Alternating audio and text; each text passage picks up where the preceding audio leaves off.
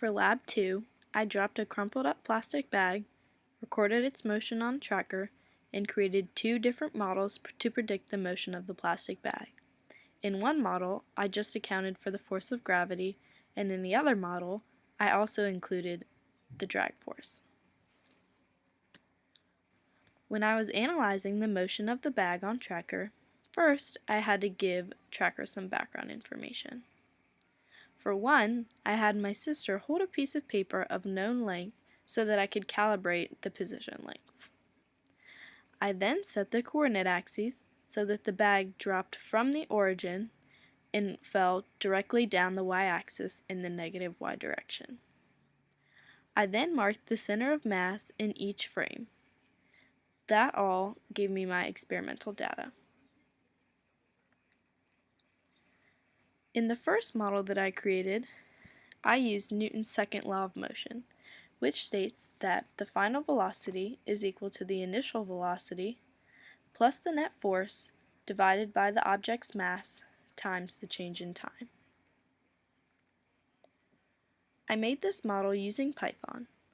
First, I entered the initial conditions: the mass of the bag, the initial position of the bag, which started at the origin, and the initial velocity, which is 0 meters per second because it started from rest in my sister's hand. Then in the calculation section, I entered Newton's second law. For the net force for this model, I only took gravity into account. The force of gravity is calculated right here. This loop will run through while the time is less than 0.4 seconds, which is the length of my clip. This model gave me these predicted values in red. The experimental values are in blue and seem to not fall as far as the model predicts. This is because the drag force is not taken into account. I used this equation for turbulent drag. This says that the effective drag is a force whose direction is opposite to the direction of the object's motion and whose magnitude is proportional to the square of the object's speed. The way that I changed the code was to add the equation for drag into the net force equation. I also ran the code a few times to see which value of b gave me the correct final y value. That model gave me the green line shown on this graph. It is closer to the experimental values than the first model, but it still isn't quite the same as the experimental values. Neither of my models predict terminal velocity. If they did, the slope would be a constant value because the drag would equal the force of gravity and there would be a net force of 0.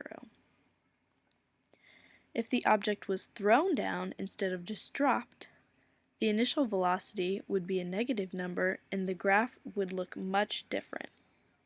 As an example, I set my initial velocity as negative 10 meters per second because it's in the negative y direction, and this is what my graph looked like. This graph is much more linear and has clearly reached terminal velocity. So altogether, the model that accounts for gravity and drag is the best model for my data. But it is not perfect. This could be for many reasons.